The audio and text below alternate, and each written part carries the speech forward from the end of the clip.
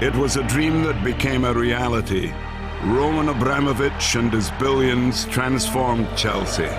Marquee names were lured to West London in pursuit of major trophies, yet one prize eluded them. Until at last, and against all the odds, Chelsea were crowned champions of Europe.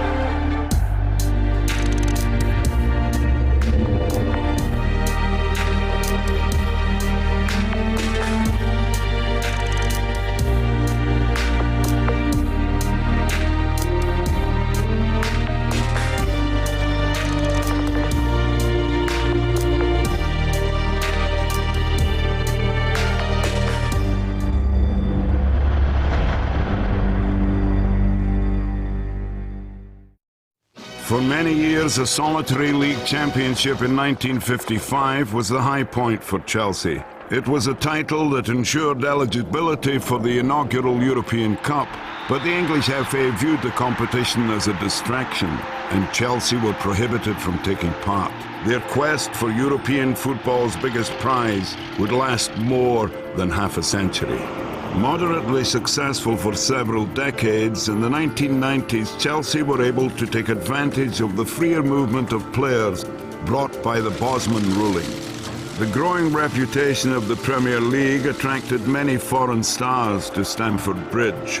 Ruud Gullit, Roberto Di Matteo, Marcel Desailly, Gianluca Vialli and Gianfranco Zola would all play significant roles in Chelsea's burgeoning success. Managed by Gullit, the club won the FA Cup in 1997, with Di Matteo scoring after just 45 seconds. That victory began a golden age for the club. With Gianluca Vialli in charge, the Cup Winners' Cup, League Cup, FA Cup and the first Champions League appearance all followed. They had been successful in the FA Cup and in the European Cup. But it was sort of a club with ambitions to grab the Premier League title, I felt. In the early stages we struggled a little bit to mount that challenge. In 2003, the club's fortunes changed forever. Russian billionaire Roman Abramovich purchased a controlling interest in the club from Ken Bates. It was a bit surreal. It was first and foremost, I was really surprised that Ken Bates sold Chelsea. And I think I was in Iceland when I heard the news that first thing that I was told is some Russian billionaires just bought Chelsea, and I went, okay, that's interesting. We'll see what happens now. Abramovich had a plan, and its objective was big and bold, to make Chelsea one of the world's top teams. It went fairly smoothly. Very, very kind man when we met him, very ambitious, very enthusiastic. Obviously demanded a lot of us as players and said that if we wanted to wear the Chelsea shirt, there's certain things that we would have to live up to, and that would be, you know, become a winning season. Abramovich brought the hottest property in world football to Stamford Bridge. Why Chelsea? Chelsea because I'm reading a lot of things about it. How do you cope with the pressure? How do you cope with big players? How do you cope with the urgent ambition to start winning titles? Jose Mourinho had just won the Champions League with Porto and brought with him defenders Paulo Ferreira and Ricardo Carvalho. Arjen Robben and Didier Drogba were drafted in to offer attacking menace. And the young Portuguese manager also impressed those already at the bridge. He sat down when he walked into Chelsea and brought all his staff in, introduced them, and explained that he wanted to win, and was quite sort of adamant about it, really, in his way. Very simple. We're going to be winners now, and everyone bought into it straight away. We were all a bit scared because you hear these stories and you read these things in the papers, and you know, we heard stories about everyone has to wear a suit, like a shirt and tie every day to training, and you can't be a second late, or you know, you're sent home, and so there was the fear factor. To succeed in this country, I have to adapt. I have to learn where I'm working. I have to understand the culture of the football country. I have to understand the culture of my players and my team, and adapt myself to that, and try to establish a philosophy and a team that can win in this country, can succeed in this specific country. When he turned up, it was much more pleasant than that.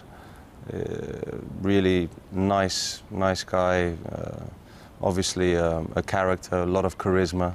When you go to another country, when you start from zero, even if you're a big player, you play with new players, a new club, a new country, and that the most important thing is that you have a coach who trusts you. He's the one that brought me to the club, and I think not just me, but most of the players loved him. I think if you weren't playing, you didn't like him, but if you're playing, then you're going to love him. I believe that the most difficult thing is to lead men, and to lead different men with different cultures, with different brains, with different qualities. You need a strong manager, and we had this in Mourinho. It was really, really important that he could handle all these kind of players, and I think you could see this on the pitch. Everybody was doing his job and was playing for the team. That was important, but it was not easy sometimes. We just try to be honest with them, fair with them, and be together all the time. Good moments, bad moments, try to be together all the time is something that happened naturally. His personality was a huge thing for me, because his personality brought out the best in his players, and it brought the group together, and I think that was the magic that he has that maybe other people don't quite have. The first trophy of the Mourinho revolution came with the defeat of Liverpool in the Carling Cup final. That was an outstanding day, and I was so pleased. You see, I look pictures of me with that Carling Cup, and like you can see the joy in my face, you know. And some people snigger a little bit at the Carling Cup now, but to me on that day, that was the Champions League, the World Cup, everything, an Oscar. It was everything you could possibly win. It was just amazing to be a Chelsea fan and player and then win something. The final was sandwiched between two legs of a Champions League tie against Frank Rijkaard's Barcelona. It was like we was playing an alien team. I'd never seen a team do that to us or to anyone. I'd never felt that power on a pitch.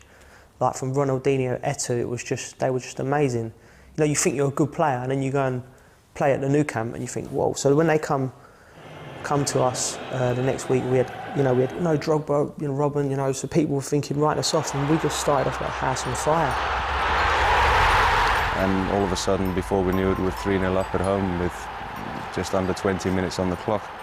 And then we were obviously brought back down to earth with going in at half-time 3-2, and the tie turned on its head again, and we managed to go through in the second half. After defeating Bayern Munich, Chelsea faced Liverpool in the semi-final field. We lose a Champions League semi-final with a goal that was not a goal. Was also a magic moment. In the negative way, was also a magic moment. Mourinho's first season, 2004-05, saw Chelsea lose just one league game, and the climax was historic. Chelsea were champions of England for the first time in 50 years. To win the Premiership was magic for the club, and everybody that was in the club at that time was feeling that magic of being finally champion after 50 years was a fantastic moment. Quality players all over the pitch. You know, you had Lampard, who's unbelievable. You knew he was going to get you 20 goals. You knew he was going to get you important goals. He will be spoken of as the best Chelsea player ever, I think. His motivation and drive is incredible. His goal-scoring record is phenomenal. You had JT at the back. Arguably, he was at his absolute peak of his powers. He was just a magnet, wasn't he? Paulo Ferreira, Ida coming in, or Michael Essien, Maka. I love the geezer. He gave me the ball more than anyone ever in the career. Like, he found me when I didn't even know I was there. For me, he was the key for everything good that was happening at Chelsea. Claude Makelele had arrived from Real Madrid, and Chelsea thrived as he rewrote the handbook on defensive midfield play. Aptly, he scored the goal that sparked title celebrations. I never get emotional on a football pitch but when that final whistle went for the Charlton game at home, and it was just, you know, I just felt myself welling up a little bit. I had to sort of compose myself because it was such a, you know, you don't know when you're going to get emotional and things like that, and it was just 50 years. To give the club that victory after so many years of going down into lower divisions and struggles was the most special probably moment of my career, certainly my club career, and I think my career in general, that first year of winning it, because you could feel what it meant to so many people, and saying together about how together it was, and it was like a family. When you win as a family, it feels even better than you win with certain individuals. So we felt as a group so special that year. We won the league with record points, and for me it was just going into games. I've never had it before, or never had it since, but you just expected to win every game. There was never a problem. We didn't fear anybody. We thought we could beat anyone, and that was all transmitted through him. Chelsea retained their Premier League title with a swagger, leading the table from week 3. There was a lot of pressure. There is different pressure that comes with it, but it's strange when you win your first title. You get the hunger for more. Back-to-back titles were sealed with a win over fierce rivals Manchester United.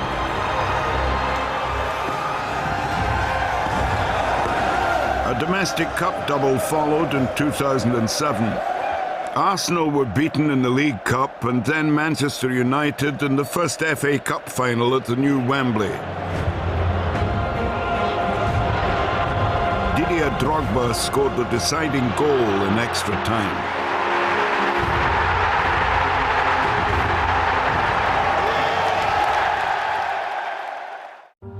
But in September 2007, the football world was left reeling when Mourinho and the club parted. Officially by mutual consent, the Portuguese left a large shadow.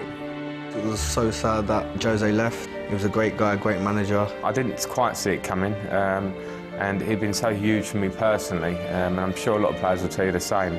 To see him leave and to see that sort of character walk out the door after what he'd done for the club and the transformation that had happened throughout the place when he was there it was a bolt out of the blue. Director of Football Avram Grant took the place of the departing manager. My opinion, for every coach, would be a difficult job after Mourinho. He was such an hero at Chelsea still, and it doesn't matter who was coming after him. Would be difficult for him, and it was difficult. But Avram done a good job. He was a smart guy. I think in the dressing room, on the training pitch. The Israeli guided Chelsea to the Champions League semi-finals, where they faced Liverpool once again. After a drawn first leg, at Stamford Bridge, Didier Drogba scored twice. Chelsea had finally reached European football's grandest stage. One thing I regret about that night was I just think there was too much celebration just for getting to the final. Avram, you know, he's a good guy, you know, and I like him a lot. But it's an achievement to get to the final. But I thought, no, we ain't won it yet, you know. Grant had gone one step further than Mourinho. Now the Russian owner could win the title he so craved in the Russian capital. Players did stick together, and we thought, right, this is our chance to win the Champions League, and with the help of Avram, and then we got to the final. You have to take into account how good that Man United team was, because people will look at historical teams at Man United, and you had 3 of the best players in the world playing in the front 3. Ronaldo, Rooney, Tevez, you know. You had Scholes, Giggs, Carrick, you know, Ferdinand in his prime. But then to go 1-0 down, and then Lamps again popping up with a great goal, and then going to extra time, it was hard. That's the best United team there's ever been, and we was better than them on the night.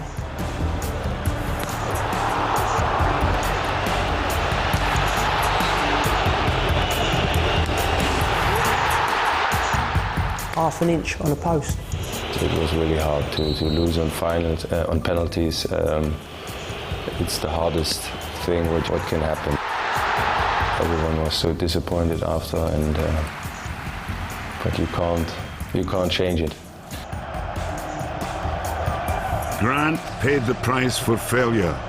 and Brazilian Luis Felipe Scolari took over.